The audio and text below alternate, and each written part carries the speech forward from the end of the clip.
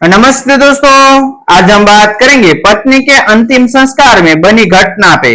पटना शहर की भीड़-भाड़, शोर शराबे और भागती जिंदगी के बीच एक ऐसी घटना घटित हुई जिसने न केवल कानून व्यवस्था बल्कि इंसानियत के मायने भी बदल दिए।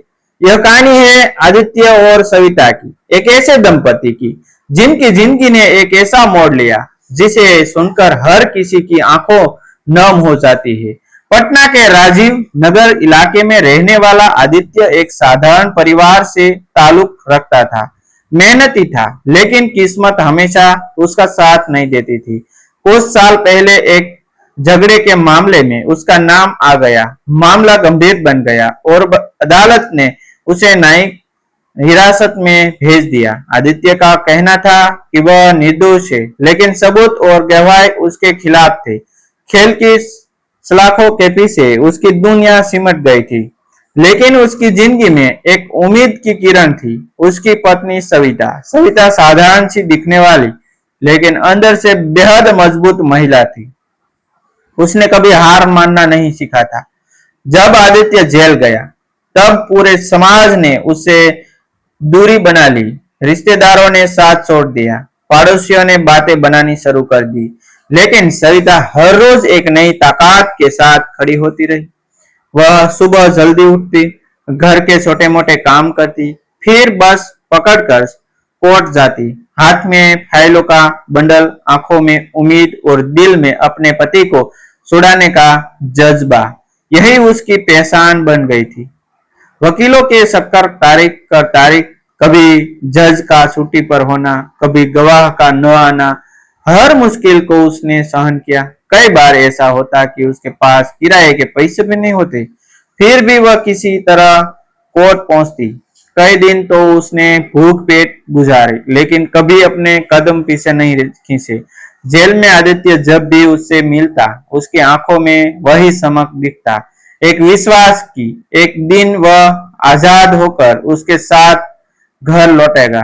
एक दिन मुलाकात के दौरान आदित्य ने कहा, सविता छोड़ दो ये सब, मैं शायद कभी बाहर नहीं जा पाऊंगी। सविता ने उसकी आंखों में देखते हुए कहा, जब तक मैं जिंदा हूं मैं हार नहीं मानूंगी। तुम निर्दोष हो और हक एक दिन ये दुनिया भी मानेगी।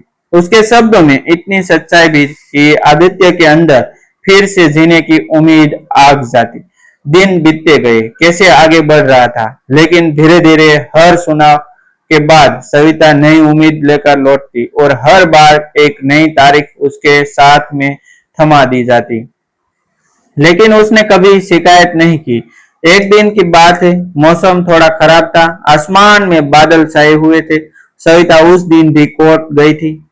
सुनवाई जल्दी खत्म हो गई, लेकिन फैसला फिर टल गया।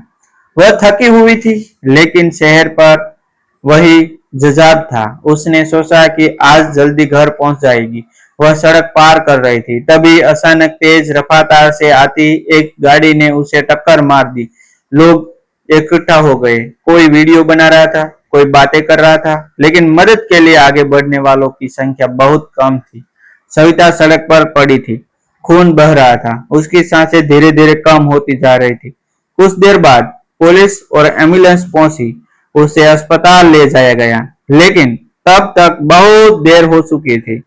डॉक्टरों ने उसे मृत घोषित कर दिया। यह खबर जब जेल में आदित्य तक पहुंची, तो जैसे ही उसकी दुनिया की खत्म हो गई। वह घंटों घंटों तक कुछ बोल नहीं पाया। उसकी आंखों से आंसू बहते रहे, लेकिन आवाज नहीं निकली। जिस औरत ने उसके लिए पूरी दुनिया से लड़ाई लड़ी, जो हर दिन उसके लिए जिंदा भी थी, आज वही उसे हमेशा के लिए छोड़ गई।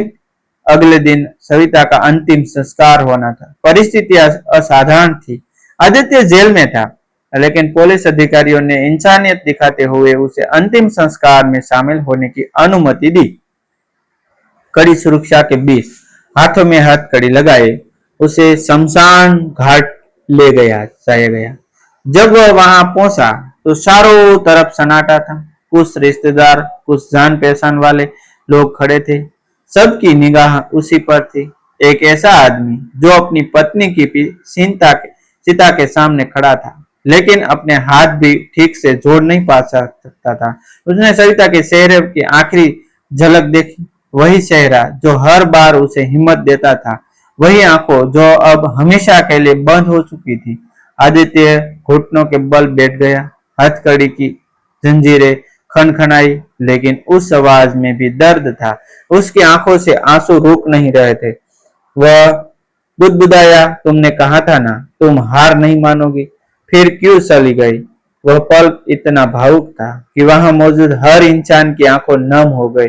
यहाँ तक कि पुलिस वाले भी अपने आंसू छिपा नहीं पाए। आदित्य के हाथ बंधे हुए थे, लेकिन उसका दिल टूट चुका था। उसने कभी सोचा भी नहीं था कि जिस औरत के साथ वह पूरी जिंदगी बिताने का सपना देख रहा था, उसके अंतिम संस्कार में वह इस हालत में शामिल होगा।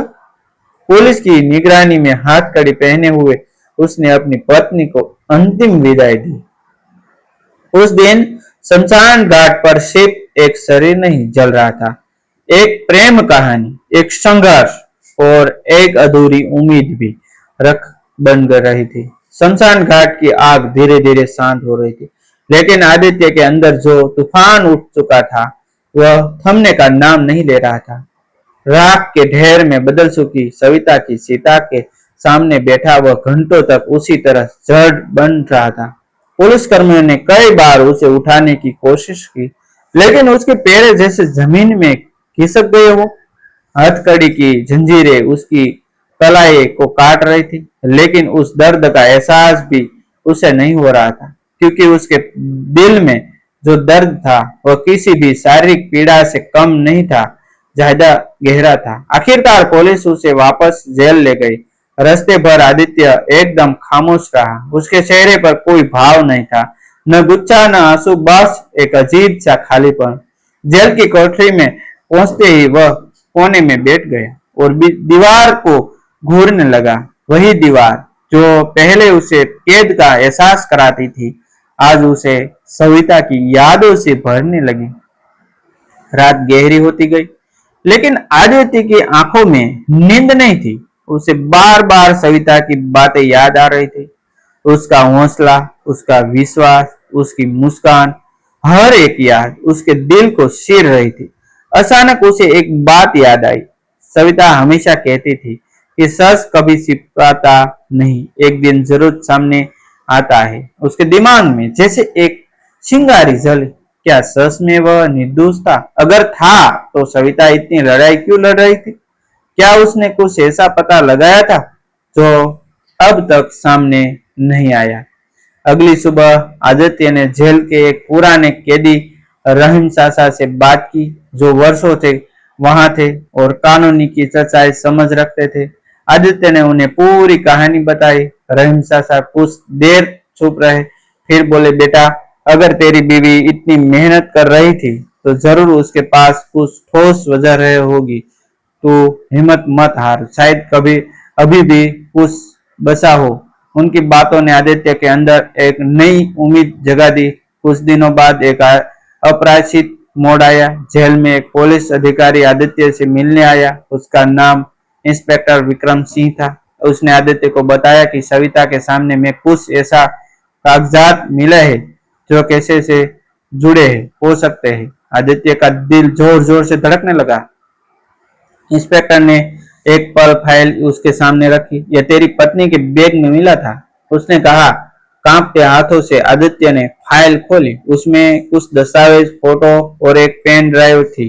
दस्तावेजों में कुछ ऐसे नाम और लेने देने का विवरण था जो उस केस के जुड़े थे जिसमें आदित्य को इन फंसाया गया था। जैसे जैसे वह पढ़ता गया, उसकी आंखों फैलती गई। उसे समझ आ गया कि यह सिर्फ एक साधारण झगड़े का मामला नहीं था, बल्कि इसके पीछे एक बड़ी साजिश थी। कुछ प्रभावशाली लोग, जिनका नाम कभी सामने नहीं आया, असल में इस पूरे मामले में के पीछे थे। आदित्य सिर्फ एक मोहरा था। सविता ने यह सब पता लगा लिया था। वह सच में के करीब पहुंच चुकी थी और शायद यह उसकी मौत की वजह भी बनी। यह सोचकर आदित्य के रोंगटे खड़े हो गए। इंस्पेक्टर विक्रम ने कहा, हमें शक है कि तेरी पत्नी का एक्सीडेंट नहीं था। यह सुनकर आदित्य के अंदर गुस्से और दर्द का ज्वालामुखी फूट पड़ा। मतलब उसे मार दिया गया? उसकी आवाज कांप रही थी। इंस्पेक्टर ने गंभीरता से सिर हिलाया। हम अभी जांच कर रहे हैं, लेकिन जो सबूत मिले हैं उससे यही लगता है। अब यह सिर्फ एक केस नहीं रहा था, यह आदित्य के लिए उसकी पत्नी के न्याय की लड़ाई बन चुका था। और जेल के अंदर रहते हुए भी उसने हार नहीं मानी। उसने इंस्पेक्टर के साथ पूरा सहयोग करना शुरू कर दिया था।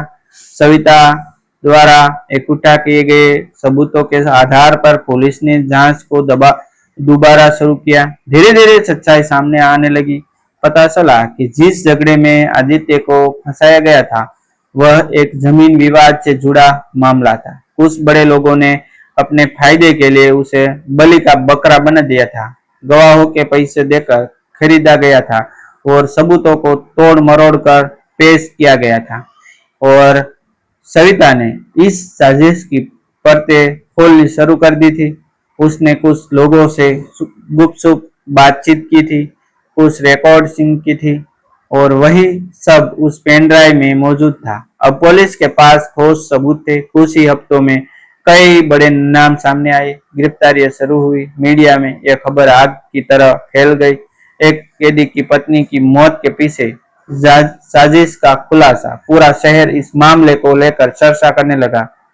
अदालत में केस फिर से खोला गया। इस बार हालत अलग थे। आदित्य के खिलाफ नहीं, बल्कि उसके पक्ष में सबूत थे। सुनाई के दिन जब आदित्य को कोर्ट में पेश किया गया तो उसकी आंखों में एक अलग ही दृढ़ता थी। वह अब टूटा हुआ इंसान नहीं था। वह अपनी पत्नी के लिए न्याय मांगने वाला एक योद्धा बन चुका था। वकीलों की बहस चली, सबूतों पेश किए गए, गवाहों से पछताए हुए, और आखिरकार वह दिन आ गया जिसका इंतजार सालों से था। जज ने अपना फैसला सुनाया। आदित्य पर लगे सभी आरोप को खारिज किया जाता है। उसे सम्मानपूर्वक बरी किया जाता है। यह सुनते ही कोर्ट रूम में सन्नाटा सा गया और फिर धीरे धीरे फुसफुसाहट शुरू हुई। आदित्य की आंखों से आंसू बह निकले, लेकिन यह आंसू खुशी के नहीं थे, यह उस दर्द के थे जो हमेशा उसके साथ रहने वाला था।